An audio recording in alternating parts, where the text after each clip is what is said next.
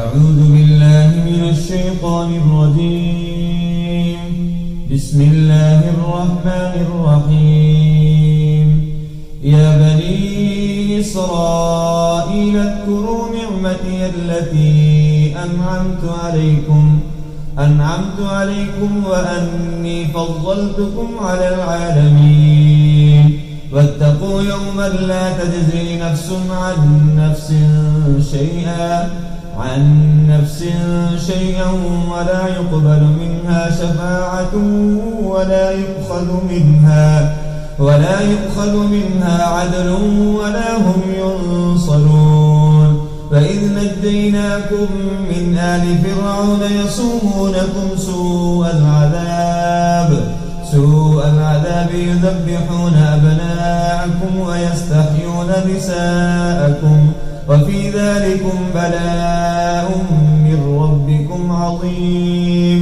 فإذ فرقنا بكم البحر فأنجيناكم وأغرقنا آل فرعون وأنتم تنظرون. فإذ واعدنا موسى 40 ليلة ثم اتخذتم العجل من بعده وأنتم ظالمون. ثم عفونا عنكم من بعد ذلك لعلكم تشكرون. فإذ آتينا موسى الكتاب والفرقان لعلكم تهتدون. فإذ قال موسى لقومه يا قوم إنكم ظلمتم أنفسكم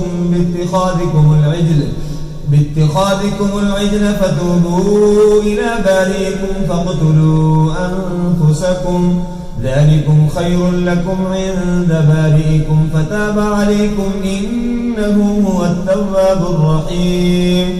فإذ قلتم يا موسى لن نؤمن لك حتى نرى الله جهرة فأخذتكم الصاعقة وأنتم تنظرون. ثم بعثناكم من بعد موتكم لعلكم تشكرون. وظللنا عليكم الغمام وأنزلنا عليكم المن والسلوى كلوا من طيبات ما رزقناكم وما ظلمونا ولكن كانوا أنفسهم يظلمون. فإذ قلنا ادخلوا هذه القرية فكلوا منها حيث شئتم رغدا وادخلوا الباب سجدا وقولوا حطة نغفر لكم خطاياكم وسنزيد المحسنين. فبدل الذين ظلموا قولا غير الذي قيل لهم فأنزلنا على الذين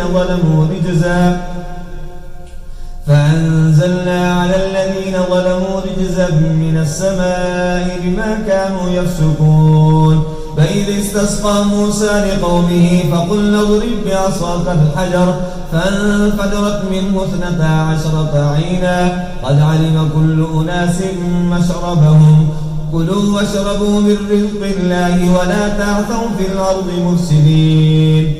فإذ استسقى موسى لقومه فقلنا اضرب بعصاك الحجر فانفجرت منه 12 عينا قد علم كل أناس مشربهم كلوا واشربوا من رزق الله ولا تعثوا في الأرض مفسدين. فإذ قلتم يا موسى لن نصبر على طعام واحد فادع لنا ربك يخرج لنا مما تنبت الأرض من بقلها وقثائها وفومها وعدسها وبصلها قال أتستبدلون الذي هو أدنى بالذي هو خير اهبطوا مصرا فإن لكم ما